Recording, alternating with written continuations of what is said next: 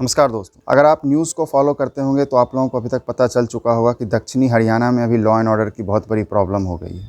विशेष करके मेवात और नूंह के जो इलाके हैं, वहाँ पर बजरंग दल के द्वारा आयोजित एक ब्रज मंडल यात्रा निकाली जा रही थी, जिसमें विश्व हिंदू परिषद और तमाम हिंदूवादी संगठन, और ये कोई नई यात्रा नहीं थी, ये हर साल निकलती है और बहुत समय से निकलती जा रही है। जिसमें ये नल्हड़ महादेव का एक मंदिर है जो कि तीनों तरफ से अरावली पहाड़ियों से घिरा हुआ है।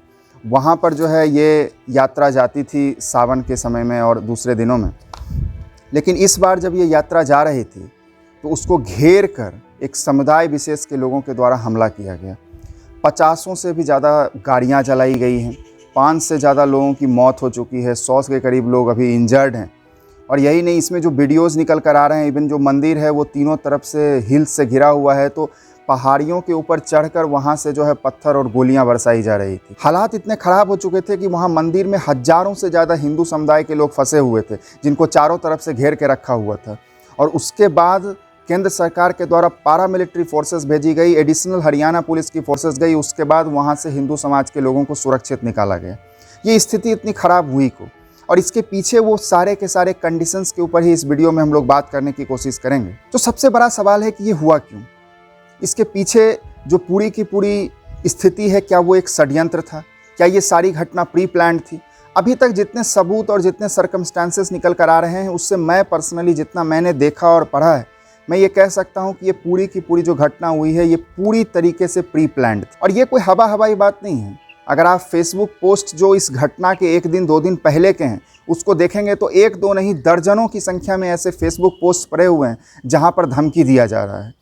लेकिन इन फेसबुक पोस्ट को आप पढ़ें, यहाँ तक कि कुछ यूट्यूब पे, हमारे यूट्यूब कम्युनिटी में यूट्यूब पे वीडियो बनाने वाले लोगों ने बाकायदा यूट्यूब पे वीडियो रिलीज करके धमकी दी थी, जैसे कि आप इस वीडियो को देखिए। तो सुना है कि मोनू दोबारा मेवात मारो, बताओ मोनू आपके तेरे सिस्टम फाड़ देंगे मेयो। अस्सलाम वालेकुम गाइस, कैसे हैं आप सब? उम्मीद है आप सब अच्छे होंगे। तो गाइस, कल नूंह में फिर दोबारा प्रोटेस्ट है और सारा मेवात वहां पहुंच रही है। जहां तक हमारा ये मैसेज जाए तो सभी भाइयों से मैं कहना चाहूंगा, अपने यार दोस्त ने भी लेके जाएं और खुद जाएं। और ये सारे जो फेसबुक पोस्ट हैं जिसमें हिंसा की धमकी दी गई थी, यूट्यूब वीडियोज़ हैं, अगर आप इनको ध्यान से सुने और देखें तो इस सब में आपको एक नाम बड़ा कॉमन मिलेगा, वो है मोनू मानेसर का। कौन है ये मोनू मानेसर? अगर आप इनके बारे में डिटेल निकालें तो ये गौ रक्षा और गौ सेवा का काम करते हैं। इनके ऊपर ये आरोप है कि इन्होंने मुस्लिम कम्युनिटी के कुछ लोग जो कैटल ट्रेड या कैटल ट्रांसपोर्ट कर रहे थे, जिनके ऊपर इन्हें डाउट्स हुआ और फिर उसके बाद वहाँ पर स्थिति ख़राब हुई, तो इनके लोगों ने उनका लिंचिंग कर दिया है। ये आरोप उनके ऊपर है। तो ये जो मोनू मानेसर हैं, ये उस रैली में जाने वाले हैं, ऐसा इन्होंने घोषणा की थी कि मैं उस रैली में आऊँगा।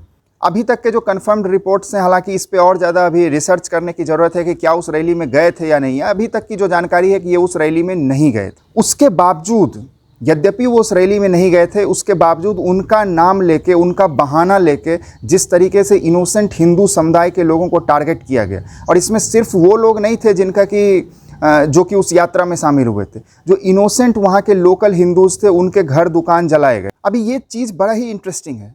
मोनू मानेसर के खिलाफ अगर किसी का गुस्सा है तो आप उससे जाके डील कीजिए, अगर आप में हिम्मत है तो। लेकिन मोनू मानेसर के खिलाफ गुस्से को इनोसेंट हिंदू कम्युनिटी के लोग जो किसी रिलीजियस टूरिज्म करने के लिए जा रहे हैं, रिलीजियस यात्रा में जा रहे हैं, उनके ऊपर हमला करना कितना जायज़ है?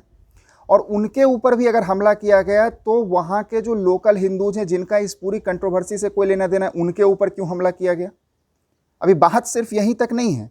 हरियाणा पुलिस के एक जवान जो वहाँ पर ड्यूटी पे थे, उन्हें से जब न्यूज़ चैनल के लोगों ने बात की तो उन्होंने क्लियर कट उन्होंने जो है मुस्लिम कम्युनिटी के लोगों का नाम लिया कि इन लोगों ने सबसे पहले पत्थरबाजी शुरू की। शुरुआत कैसे हुई? इससे पहले तो शोभा यात्रा नॉर्मली चल रही थी। हाँ, वो नॉर्मल चल रही थी, एकदम जैसे भीड़ हुई और पथराव शुरू हो गए थे। पत्थराव किस तरफ से पहले शुरू हुआ था, आप लोगों ने देखा था? और क्यों पत्थराव शुरू हो गया था? कोई कारण था या ऐसे ही लोग ऐसे ही?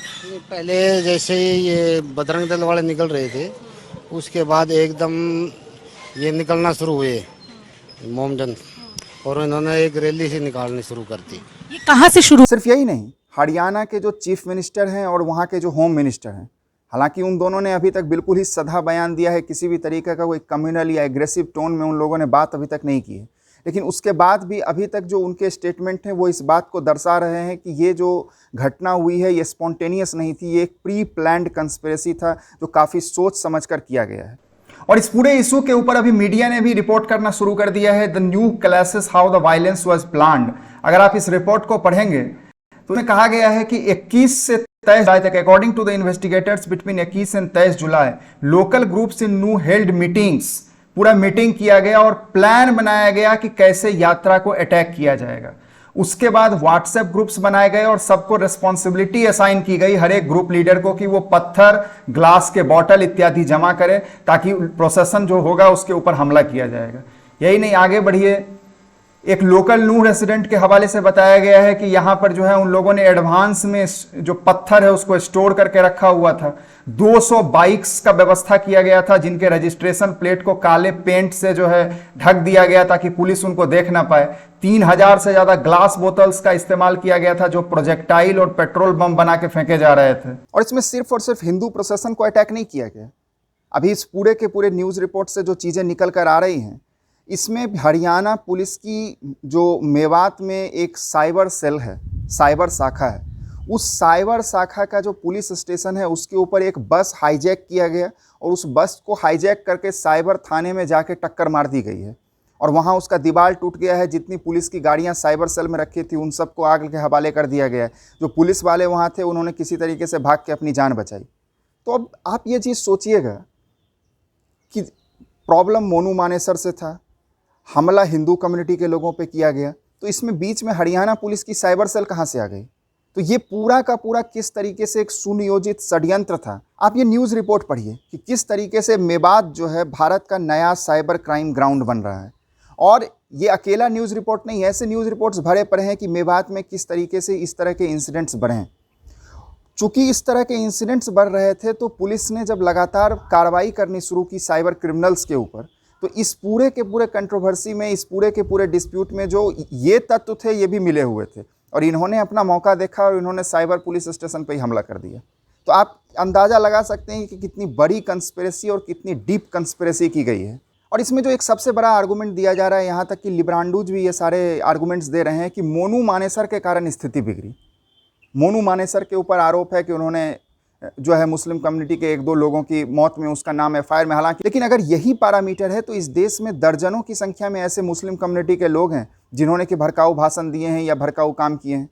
अभी सबसे बड़ा इसका एग्जाम्पल है ओवैसी। ओवैसी का जो छोटा भाई है उसका वीडियो इंटरनेट पर अवेलेबल है कि 15 मिनट हमें दे दो, सारे हिंदुओं को साफ कर देंगे। क्या इस बयान को आधार बना के AIMM और ओवैसी की पार्टी जहाँ कहीं भी रैली संबोधित करेगी, क्या उसके ऊपर हमला करना जायज़ है? क्या उस रैली में जितने भी मुस्लिम कम्युनिटी के लोग जाएंगे क्या उनके ऊपर हमला करना जायज़ है? ये तो मोनू मानेसर सिर्फ और सिर्फ एक बहाना है अपनी फ़िरका परस्ती को दिखाने का, जो हेट्रेड भरी हुई है दूसरी कम्युनिटी के लोगों के प्रति। क्योंकि जहाँ पे अभी मेवात का सबको पॉपुलेशन इंडेक्स पता है कि वहाँ 80% जो है एक ही मुस्लिम कम्युनिटी के लोग हैं, सुपर डोमिनेंस है वहाँ पर। तो ये सारा का सारा मोनू मानेसर एक बहाना है, जो टारगेट है वो कुछ और दिखाना है। हमें इस चीज़ को नहीं भूलने की ज़रूरत है, यही रियल सत्य है।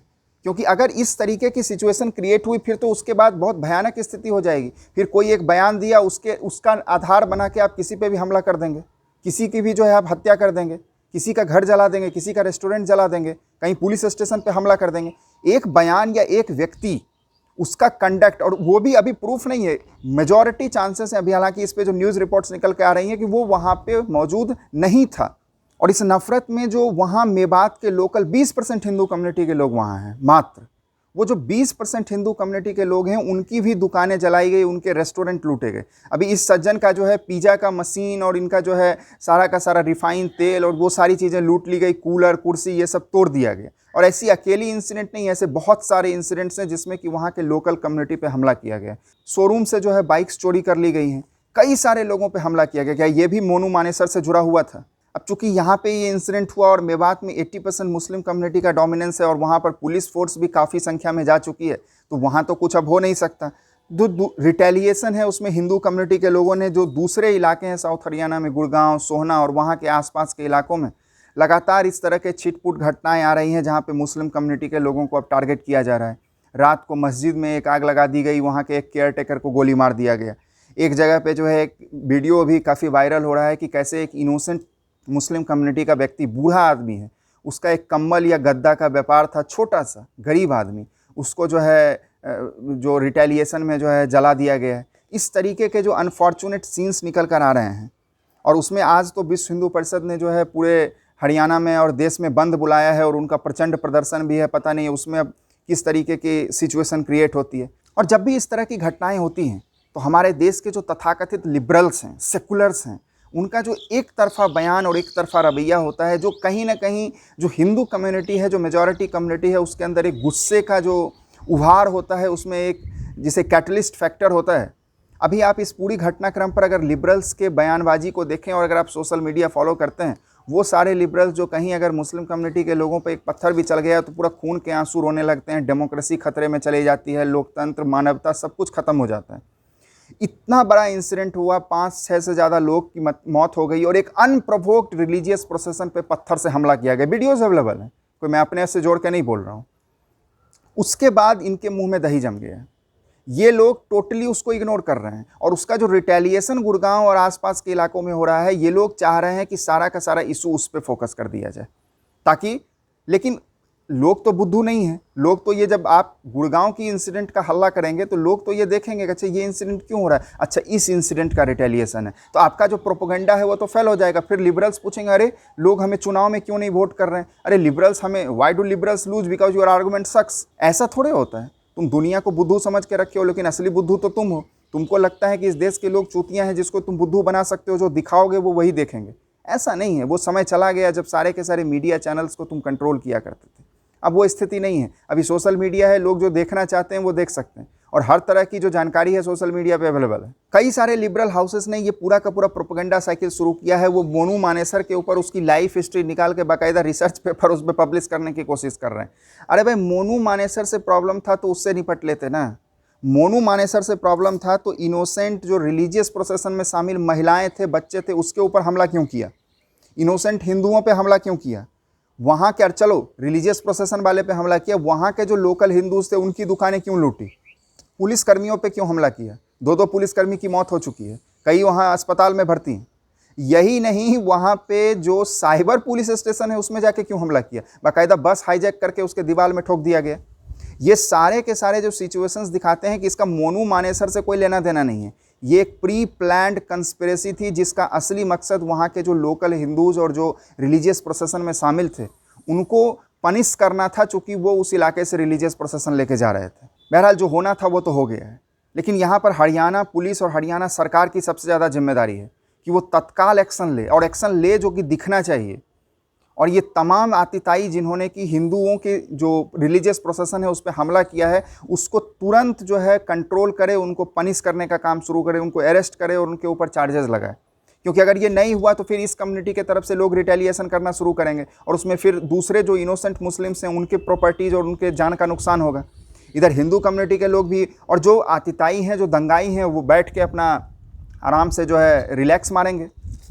तो इसमें हरियाणा सरकार की बहुत ज़्यादा जिम्मेदारी हो जाती है। बहरहाल इस पूरे मुद्दे पर आपके क्या विचार हैं, आप मुझे नीचे कमेंट सेक्शन में बता सकते हैं। बहुत बहुत धन्यवाद, नमस्कार।